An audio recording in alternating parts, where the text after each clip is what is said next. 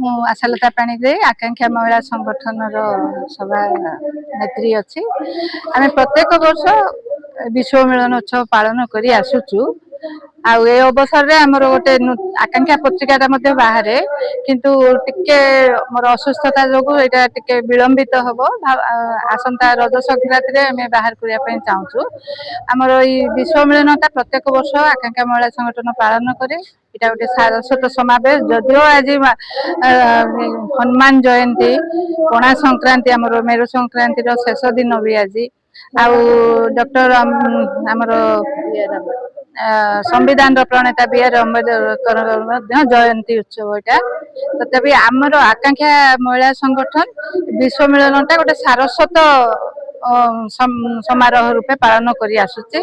ଆଉ ଏଥିରେ ସାହିତ୍ୟ ଆଲୋଚନା ସାଙ୍ଗରେ କବିତା ପାଠୋତ୍ସବ ମଧ୍ୟ ହୁଏ। ଆଜି ମଧ୍ୟ ହଉଛି କବିତା ପାଠୋତ୍ସବ ଚାଲିଛି। ଆଉ ବିଭିନ୍ନ କ୍ଷେତ୍ରରେ କିଛି ସମର୍ପିତ ଭାବରେ ଯୋଉମାନେ କାର୍ଯ୍ୟ କରୁଛନ୍ତି ସମାଜ ପାଇଁ, ଦେଶ ପାଇଁ, ସେମାନଙ୍କୁ ଆମେ ସମ୍ମାନିତ କରୁଛୁ। ଆଜିର ସମ୍ବର୍ଦ୍ଧିତ ପ୍ରତିଭା ହେଲେ ଶ୍ରୀଯୁକ୍ତ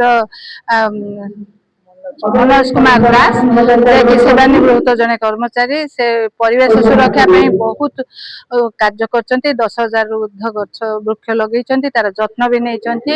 ପରିବେଶ ସଫା କରିବା ପାଇଁ ସ୍ୱଚ୍ଛତା କାର୍ଯ୍ୟକ୍ରମ ବି କରୁଛନ୍ତି ସେ।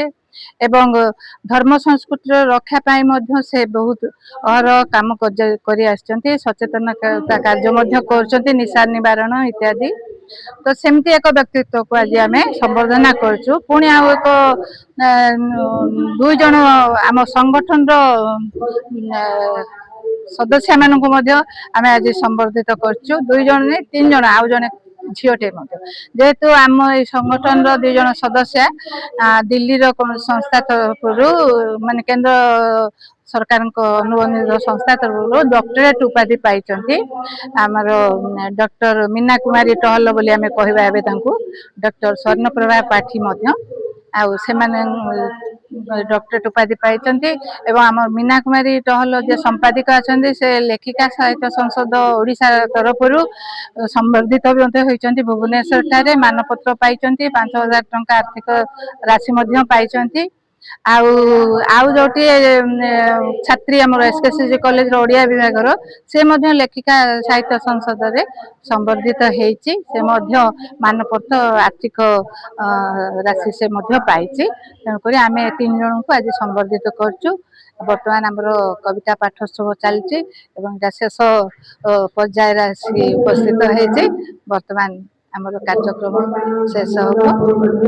ଜୟ ଜଗନ୍ନାଥ।